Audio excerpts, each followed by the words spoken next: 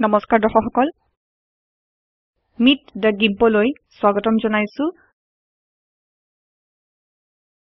মই এই ছবিখন নৰ্মেনৰ পৰা এটা ইমেইলৰ সৈতে পাইছো তেওঁ এইটো সংৰক্ষণ কৰিবলৈ কৈছিল এইখনেই ছবি যিখন তেওঁ ৰ কনভাৰ্টাৰৰ ব্যৱহাৰ কৰাৰ পাছত পাইছিল আৰু এইখন ইয়াত আছিল আসল ছবিখন ছবি দুখন তুলনা কৰি এইটো স্পষ্ট হৈ পৰিছে নৰমানে কি কৰিছে প্ৰথমতে তেখেতে ছবিখন ঘূৰাইছে আৰু তাৰ পাছত তেওঁ আগফালৰ বাওফালে ছবিখনৰ ৰং আৰু উজ্জ্বলতা পাবলৈ কাৰ্ভ টুলৰ সহায়ত ছবিখন সংস্কৰণ কৰিছে আৰু মেঘবোৰ কোলা নকৰিবলৈ চেষ্টা কৰিছে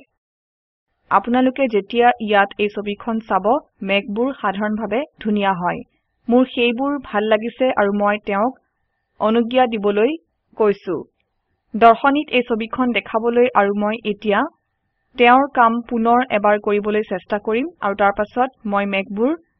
তেওঁৰ ছবিত আৰু ভাল ৰূপত পাবলৈ চেষ্টা কৰিম কিন্তু প্ৰথমতে চোৱা যাওক আমি এক্সিফ ইনফৰমেশ্যনত এই ছবিখনৰ বিষয়ে কিবা পাও নেকি যিয়ে কি ভুল হৈছিল তাৰ সম্বেদ দিব আপোনালোকে দেখিছে যে সেইটো এটা Panasonic ক্যামেৰা হয় আৰু এই ক্যামেৰাৰ অতি ক্ষুদ্ৰ আলোক যন্ত্ৰ আছে আপোনালোকে এই ক্যামেৰাটো আপোনালোকৰ চাৰ্টৰ পকেটত ৰাখিব পাৰে আৰু ইয়াত আমি উন্মোচন কৰা সংবাদ পাইছো এক্সপোজাৰ টাইম 1 সেকেন্ডত 1000 হয় আৰু এপাৰ্চাৰ 5.6 হয় ফ্ল্যাশ অন কৰা আছে আৰু ক্যামেৰাটোৱে ছবিখনৰ ভিতৰত ফ্ল্যাশৰ প্ৰভাৱ হিচাপ কৰিব আৰু ইমান ক্ষুদ্ৰ ক্যামেৰাৰ ফ্ল্যাশটো এনে ধৰণৰ দৃশ্যৰ লগত কাম নকৰে মই ভাবো আপোনালোকৰ সৰু নিউক্লিয়াৰ বমৰ দৰে কিবা এটা ছবিখনৰ এই অংশটো উজ্জ্বল কৰাৰ বাবে আপোনালোকৰ পিছফালে আৱশ্যক এই ছবিখন জেপেগত সংৰক্ষণ কৰা হৈছে আৰু সেইটোৱে অন্য এটা অসুবিধা দিছে ইয়াত এই ঠাইখিনি যিখিনি ছবিখনত সঁচাকৈ আমোদজনক অংশ জেপেগ কম্প্ৰেছন ইয়াৰ বাবে বিৰাট অন্ধকাৰ হৈছে আৰু মই যেতিয়া দিগন্তৰ ভিতৰত ডাঙৰকৈ চাম মই এটা সুন্দৰ নিৰ্ধাৰিত বস্তু দেখা পাম কিন্তু অলপ বেছি তীক্ষ্ণ আৰু দিগন্তত এখন জাহাজো আছে মেঘবোৰ বহুত বেছি বিস্তাৰিত হৈ আছে কিন্তু আমি যেতিয়া অন্ধকাৰ অংশটোলৈ যাওঁ আপোনালোকে ইয়াত এডাল গছ দেখা পাব কিন্তু একোৱে ভালকৈ স্পষ্ট হোৱা নাই এইটো এই কাৰণেই যে জেপেগে ছবিখনৰ পৰা কিছুমান অংশ বাহিৰলৈ এৰিছে যিটো ক্যামেৰাৰ কম্পিউটাৰ প্ৰগ্ৰামে ভবা নাই আপোনালোকে কেতিয়াবা চাব কিন্তু মই ইয়াত এই বস্তুবোৰ চাব বিচাৰো আৰু মই জেপেগ কম্প্ৰেছনৰ সৈতে মানে সংজ্ঞাপনৰ সৈতে আগবাঢ়িব নোখোজো কাৰণ বৰ্ণনাবোৰ যিবোৰ ইয়াত হেৰাইছে সেইবোৰ আকৌ কেতিয়াও দেখা নাপাও আৰু আপোনালোকে যেতিয়া এই ৰ ফটো মাৰিলে আপোনালোকে এনে ধৰণৰ অসুবিধাবোৰ এৰি চলিলে আৰু পিছৰ টিউটৰিয়েলত মই আপোনালোকক UF ৰ কনভাৰ্টাৰ আৰু এইটো গিম্পৰ সৈতে কেনেকৈ ব্যৱহাৰ কৰিব পাৰি দেখাম আৰু মই ভাবো সেইটো পিছৰ টিউটৰিয়েলৰ বাবে উচিত বিষয় হ'ব মই ছবিখন মাত্ৰ ইয়াত টুলবক্সৰ ওপৰলৈ টানি আনি গিম্পত তুলি দিছো আৰু উইন্ডো ডাঙৰ কৰিছো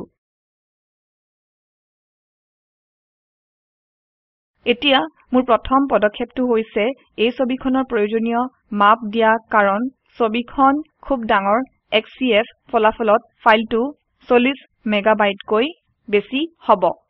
টুলবাৰৰ ইমেজত ক্লিক কৰি আকাৰ সৰু কৰিব পৰা যায় স্কেল ইমেজ নিৰ্বাচন কৰি আৰু প্ৰস্থতা 1000 পিক্সেললৈ পৰিবৰ্তন কৰিলো আৰু মই যেতিয়া ট্যাব দবাও মই উচ্চতা 750 হিচাপে পাও আৰু মই সকলোতকৈ ভাল ইন্টাৰপোলেশ্যন নিৰ্বাচন কৰা আছে গতিকে মই স্কেলত ক্লিক কৰিছো ফ্ৰেমৰ ভিতৰত ছবিখন সম্পূৰ্ণকৈ পাবলৈ Shift Ctrl E দবাওক আৰু এতিয়া মই এই ছবিখন সংস্কৰণ কৰাৰ বাবে সাজু হৈছো প্ৰথম পদক্ষেপটো হৈছে ঘূৰ্ণীকৰণ আগৰ টিউটৰিয়েলত মই আপোনালোকক এখন ছবি ঘূৰোৱাৰ দুটা পথ দেখাইছো আৰু এইটো তৃতীয় পথৰ বাবে সময় হয় গতিকে মই ছবিখনৰ ভিতৰত ডাঙৰকৈ চোৱাৰ বাবে একে পদক্ষেপ অনুসৰণ কৰিম য'ত মই এডাল পথালি ৰেখা দেখা পাম আৰু পথালি ৰেখাডাল দিগন্তত আছে কাৰণ দিগন্ত সংজ্ঞা সূত্ৰে পথালি হয় তাৰ পাছত মই মেজাৰমেন্ট টুলবক্সৰ পৰা নিৰ্বাচন কৰিছো আৰু মই ইনফো উইন্ডো নিৰ্বাচন কৰা নাই কাৰণ ই ছবিখনৰ ফ্ৰেমৰ মাজত খুন্দা মাৰে কিন্তু মই ইয়াত আটাইবোৰ তথ্য পাব পাৰো তলৰ ষ্টেটাস বাৰত এতিয়া দিগন্তৰ কোণ পোৱাটো সহজ হৈছে মাত্ৰ কাৰ্সাৰডাল দিগন্তত সংস্থাপন কৰক মাউস বাটনটো দবাওক আৰু ইয়াক টানি আনক ৰেখাডাল অন্যফালে টানি আনক আৰু এডাল ৰেখা দিগন্তৰ সমান্তৰালকৈ সজাওক আৰু বাটনটো এৰি দিয়ক কোণৰ সঞ্চিত তথ্য চাওক আৰু মই ইয়াত কোণটো 1.64 ডিগ্ৰী দেখিছো এতিয়া মই ৰোটেট টুল নিৰ্বাচন কৰিছো মাত্ৰ ছবিখনত ক্লিক কৰক আৰু টাইপ কৰক -1.63 ডিগ্ৰী মাইনাস কাৰণ মই 1.63 ডিগ্ৰী লৈ যোগ গণনা বিচাৰো ৰোটেটত ক্লিক কৰক আৰু আপোনালোকে এখন ঘূৰি যোৱা ছবি পাব দিগন্তটোৰ মাত্ৰ পৰীক্ষা লবলৈ আমি স্কেল তললৈ টানি আনিছো আৰু এইটো অনুভূমিক হয় পিছৰ পদক্ষেপটো হৈছে ছবিখন সৰু কৰা কিন্তু মই ছবিখন এতিয়াই সৰু কৰিব নোৱাৰো কাৰণ ছবিখনৰ এই অংশটো দেখা পোৱা যোৱা নাই মই নাজানো ক'ত কাটিব লাগে গতিকে প্ৰথমতে ছবিখনৰ এই অংশটো অলপ উজ্জ্বল কৰা যাওক মই কাৰ্ভ টুলৰ সৈতে কাম কৰিব বিচাৰো কিন্তু তাৰ আগতে মই সেই স্তৰটোৰ এটা প্ৰতিলিপি বনাব লাগিব কাৰণ আমি যেতিয়া কাৰ্ভ টুল ব্যৱহাৰ কৰো ছবিখনত থকা তথ্য হেৰাই যায় গতিকে এখন ছবিৰ সৈতে একো নকৰিব যিখন আপোনালোকে ঘূৰাই পাব নোৱাৰে ভাল মই এইখন ঘূৰালো কিন্তু পিছৰ পদক্ষেপ কেইটাৰ বাবে আসল ছবিখনত একো নকৰিব প্ৰথমতে মই ভূমিপৃষ্ঠ সংস্কৰণ কৰিম গতিকে মই স্তৰটোক লেণ্ড বুলি মাতিম আৰু ঠাইখিনিৰ ভিতৰত দুবাৰ ক্লিক কৰিম য'ত নাম লিখা আছে আৰু ৰিটাৰ্ণ দবাওক এতিয়া স্তৰটো লেণ্ড নামেৰে নামাঙ্কন কৰা হল মই কাৰ্ভ টুল নিৰ্বাচন কৰিছো ছবিখনৰ ভিতৰত ক্লিক কৰিছো আৰু এতিয়া মই ছবিখন নিৰীক্ষণ কৰিম ছবিখনৰ এই অংশটো সঁচাকৈয়ে অন্ধকাৰময় অংশ হয় এজনে খুব সহজতে বুজি পাব কিন্তু ইয়াৰ ঘাঁহনিখিনিও বহুত বেছি অন্ধকাৰ হয় পানীখিনি ধূসৰ বৰণৰ স্কেলৰ এই অংশৰ বুলি দেখা যায় আৰু আকাশখন নিশ্চয় এই অংশটো হ'ব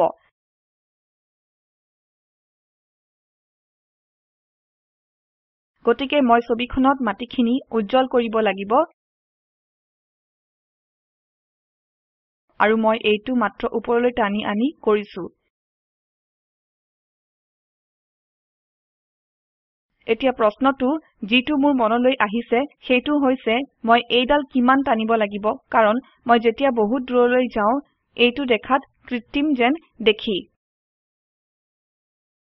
আৰু মই যদি আকাশখন আৰু মাটিখিনি লগ কৰিব বিচাৰো কাৰ্ভত বহুত বেছি ব্যৱধানেৰে এইখন প্ৰকৃত ছবি যেন দেখা নহব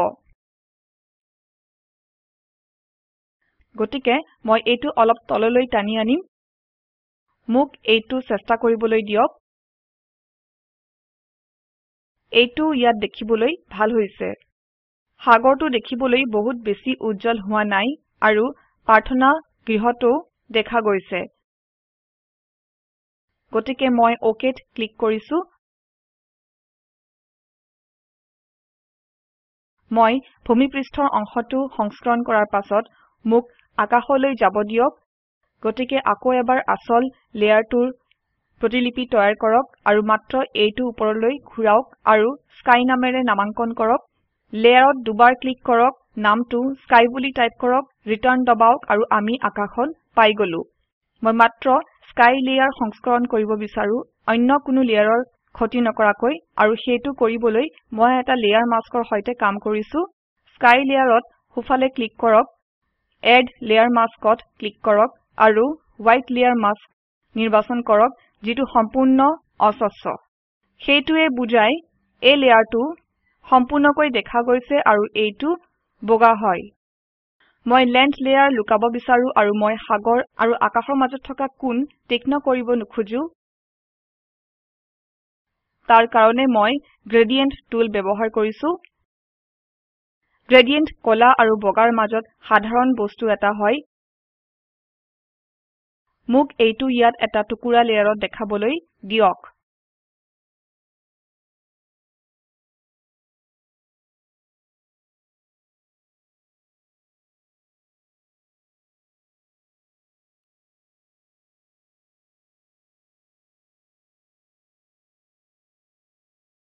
মই গ্ৰেডিয়েন্ট টুল নিৰ্বাচন কৰিলো আৰু এইটো এটা নতুন বস্তু হয়। মই যিটো দৈবক্ৰমে এইমাত্ৰ বিচাৰি পাইছো যে যেতিয়া আপোনালোকে টুল চিহ্নত দুবাৰ ক্লিক কৰিছিলে, টুল অপশ্যনবোৰো নিজে নিজে নিৰ্বাচিত হৈছে। মই নাভাবো এইটো এটা আপোনালোকৰ বাবে নতুন বস্তু, কিন্তু এইটো মোৰ বাবে নতুন হয়, জানিবলৈ ভাল বস্তু হয়। গ্ৰেডিয়েন্ট টুললৈ উভতি গৈ মই যেতিয়া এই ৰেখাডাল বাওঁফালৰ মাউস বাটনটো ক্লিক কৰি ইয়াত টানি আনিম আৰু এৰি দিম, আৰম্ভণি বিন্দুৰ বাওঁফালৰ ঠাইখিনি কলা ৰঙেৰে ভৰি পৰিব আৰু শেষৰ বিন্দুৰ সোঁফালৰ ঠাইখিনি বগা ৰঙেৰে ভৰি পৰিব, যিটো গ্ৰেডিয়েন্টৰ এটা অন্য ভাল হয়।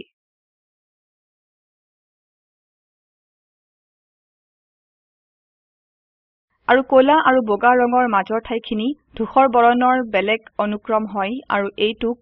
গ্ৰেডিয়েন্ট বুলি কোৱা হয়। আৰু মই দীঘল গ্ৰেডিয়েন্ট নতুবা বহুত সৰু গ্ৰেডিয়েন্ট বনাব পাৰো। ইয়াত এইবোৰ বিভিন্ন ধৰণৰ গ্ৰেডিয়েন্ট টুল,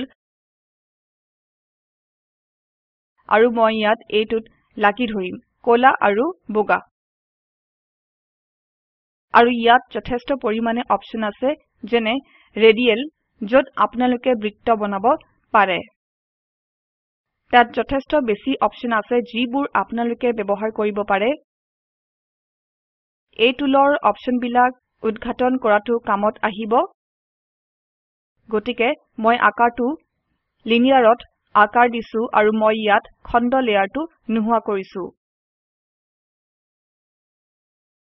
এতিয়া মই ইয়াৰ স্কাই লেয়াৰত কাম কৰি আছো।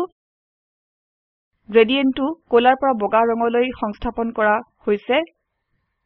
ছবিখন স্বচ্ছৰ পৰা প্ৰকট হোৱালৈ বনাবলৈ, আৰু মই লেয়াৰ ডায়লগলৈ উভতি গৈছো আৰু নিৰীক্ষণ কৰিছো মই লেয়াৰটো নিজে নিজে সক্ৰিয় কৰিছোনে, কাৰণ মই আচল ছবিখনত ৰং কৰিব বিচৰা নাই। মই লেয়াৰ মাস্ক ৰং কৰিব বিচাৰো আৰু ছবিখনৰ ভিতৰত ডাঙৰকৈ চাবলৈ জুম টুল নিৰ্বাচন কৰক। এইটোৰ কিছু অনুশীলনৰ আৱশ্যক।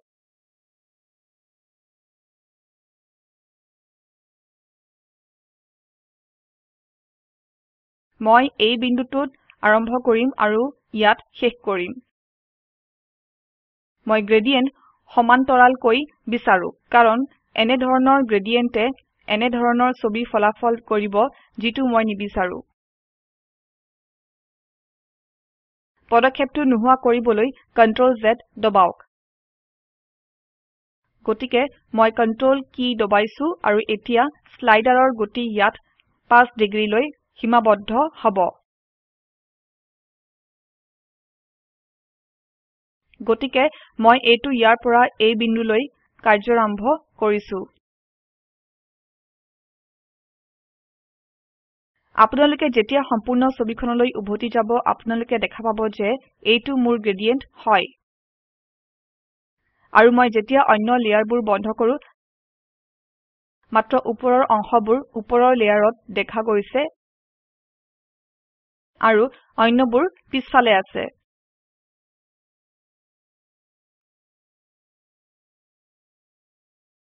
কিন্তু মই নাভাবো এইটো বহুত বেছি প্ৰত্যয়জনক হয়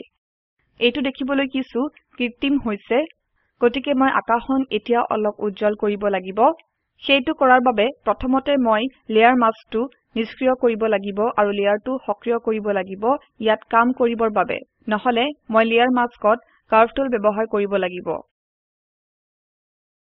আপোনালোকে সদায় লেয়াৰৰ সক্ৰিয় অংশটো ইয়াৰ চাৰিওফালে থকা বগা ফ্ৰেমেৰে চিনাক্ত কৰিব পাৰে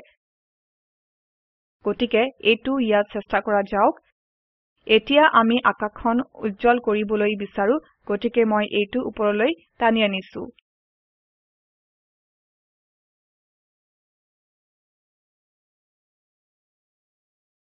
মই ভাবো এইটো দেখিবলৈ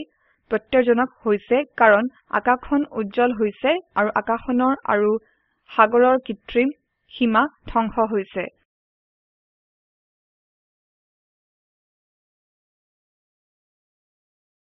মই ভাবো এইটোৱে কাম কৰিব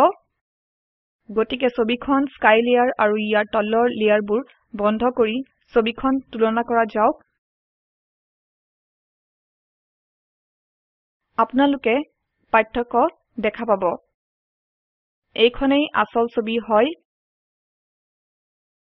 এই লেয়াৰটো হৈছে নতুন আকাশ আৰু এইখিনি তলত নতুন মাটি হয়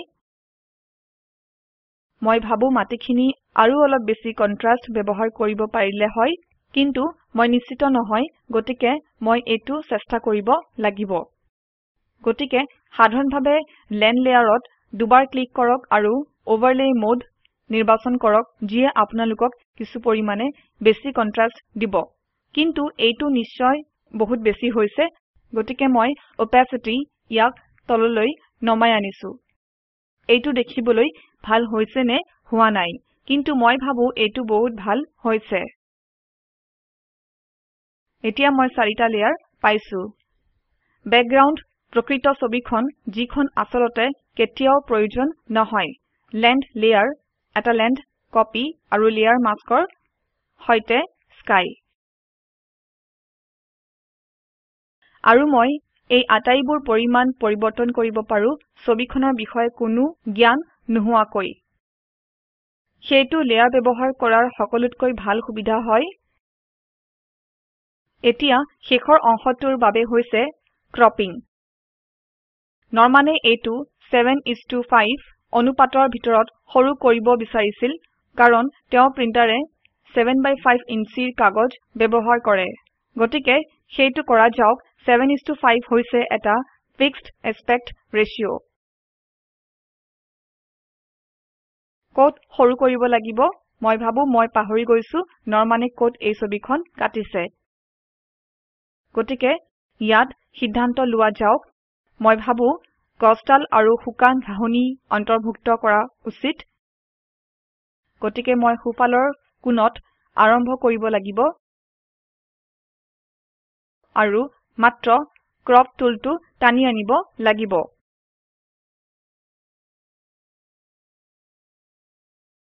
এইটো মাত্ৰ পছন্দৰ কথা আৰু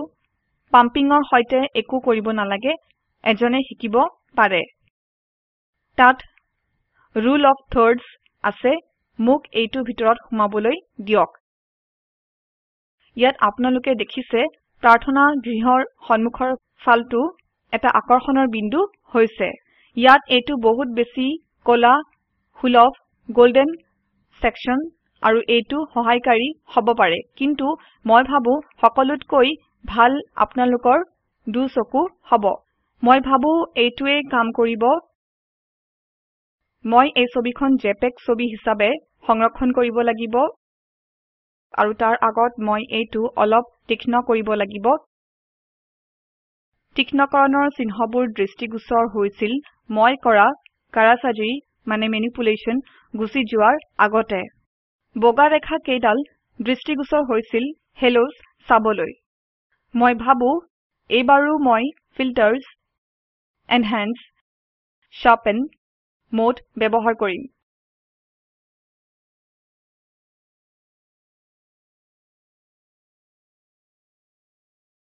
এইটো আসলতে অতীক্ষ্ণ মাস্ক হয় কিছুমান নিকৃষ্ট পৰিমাণৰ সৈতে তীক্ষ্ণ কৰাটো আগতে সংস্থাপন কৰা আছে মই অতীক্ষ্ণ মাস্ক পিছৰ টিউটৰিয়েলত আগৰিম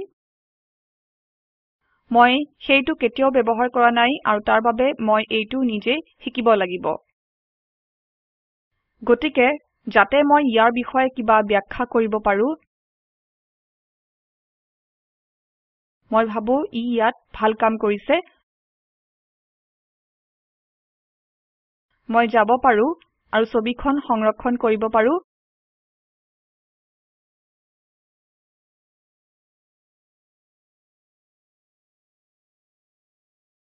মই আজি হাঁহি উঠা বস্তু টাইপ কৰি আছো ঠিক আছে মই জানো যে জেপিইজি ছবিখন বহুত লেয়াৰৰ সৈতে কাম কৰিব নোৱাৰে গতিকে ছবিখন বাহিৰ হৈ যাব আৰু আটাইবোৰ লেয়াৰ তথ্য হেৰাই যাব আৰু গিম্পে মাত্ৰ এটা সচেতন বাণী দিছে আৰু মই ভাবো 85% গুণগত বৈশিষ্ট্য ভাল হয় উৎকৃষ্ট মীমাংসা ফাইল আকাৰ আৰু ছবিখনৰ গুণগত বৈশিষ্ট্য আৰু এতিয়া মই মোৰ তীক্ষ্ণকৰণৰ সৈতে উভতি যাব পাৰো আৰু ছবিখনৰ আকাৰ এনেকুৱালৈ পৰিবৰ্তন কৰিব পাৰো যাতে মই এইটো অনুষ্ঠানটোৰ নোটৰ বাবে মোৰ ব্লগত সংস্থাপন কৰিব পাৰো ইমেজ স্কেল ইমেজলৈ যাওক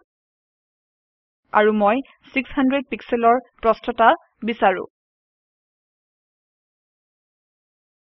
মাত্ৰ এইটো জোখক আৰু এতিয়া মই এইটো আকৌ এবাৰ তীক্ষ্ণ কৰিছো আপোনালোকে এখন ছবিৰ সৈতে কৰা কাৰ্য শৃংখলৰ তীক্ষ্ণকৰণ আপোনালোকৰ অন্তিম পদক্ষেপ হোৱা উচিত এইটো সঁচাকৈয়ে অন্তিম পদক্ষেপ হয়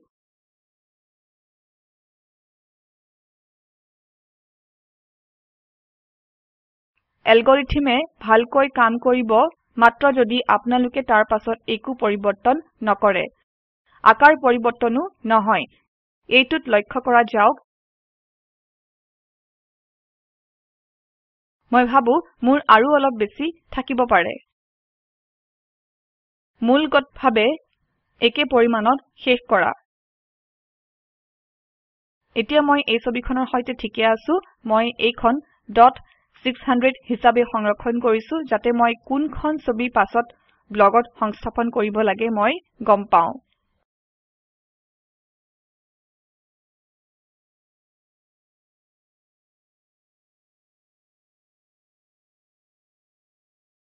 এই ছবি দুখন তুলনা কৰা যাওক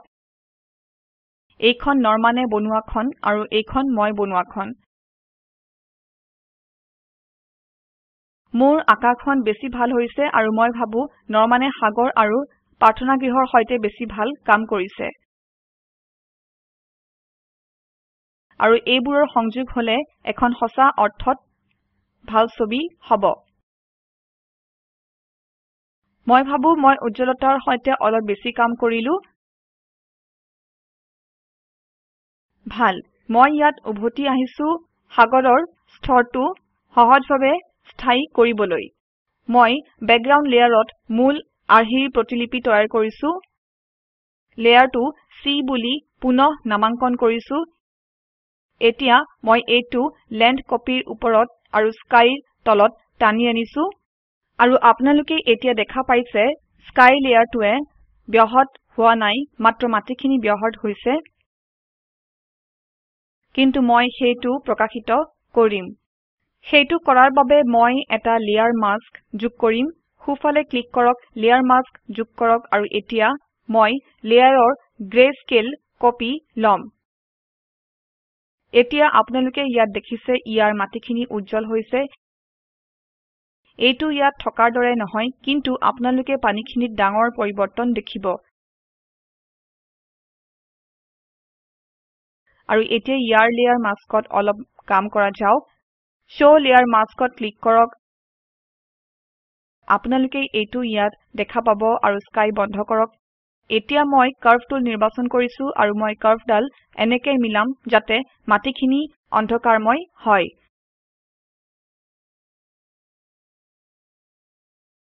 আৰু সাগৰ আৰু আকাশখন উজ্জ্বল হয়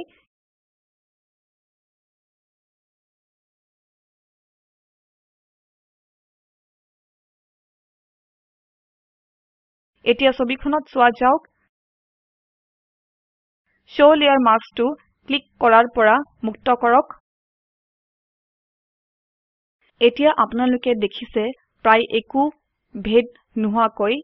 সেইটো মাটিখিনিৰ বাবে বিৰাট ভাল হৈছে আৰু সাগৰটো বেছি ভাল হৈছে এতিয়া মই যেতিয়া সি লেয়াৰটো নিৰ্বাচন কৰিম আপোনালোকে দেখিব যে সাগৰটো বেছি ধুনীয়া হৈছে এতিয়া মই ছবিখনত কাৰ্ভ টুল ব্যৱহাৰ কৰি পৰিমাণবোৰ পৰিৱৰ্তন কৰিব পাৰিম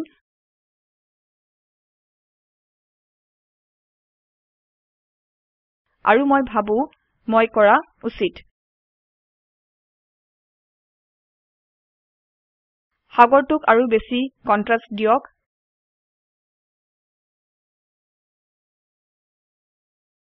অলপ ইয়াত এই ধৰণৰ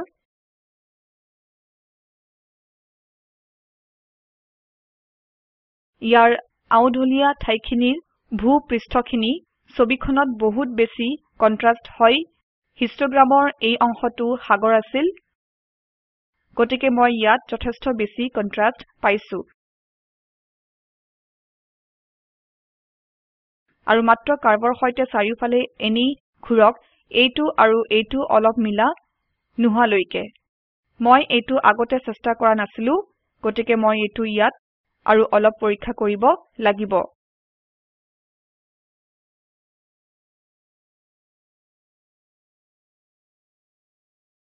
মই ভাবো এইটো মোৰ আগতে থকা বস্তুবোৰতকৈ বেছি ভাল এতিয়া ইয়াৰ শিলাখণ্ড আৰু সাগৰৰ মাজৰ চাৰিসীমাত চোৱা যাওক মোৰ আগতে তাত ডাঙৰ অসুবিধা আছিল গতিকে এইবাৰ মই প্ৰায় দৃশ্যমান নোহোৱা হেলোজবোৰ পাম আৰু মই যেতিয়া ইয়াৰ ভিতৰত ডাঙৰকৈ চাইছো আপোনালোকে হেলোৰ দৰে কিছুমান বস্তু দেখা পাব কিন্তু এইটো মাত্ৰ ইয়াৰ সাগৰৰ পাৰৰ ঢৌ হয় তাত হেলো নাই মোৰ প্ৰথমবাৰৰ চেষ্টাত মই মাটি সাগৰ আৰু আকাশৰ মাজত পাৰ্থক্যবোৰ পাবলৈ চেষ্টা কৰিছিলো মই সহজভাৱে এইটো কৰি উঠিলো কিন্তু এই ধৰণে মই ভাবো ই বেছি ভাল কাম কৰিছে গতিকে কিবা কৰিবলৈ এৰিছো নেকি অধিক তথ্য http://meetthegimp.org ত উপস্থিত আছে আপোনালোকে যদি মতামত পঠাব বিচাৰে অনুগ্ৰহ কৰি info@meetthegimp.org লৈ লিখক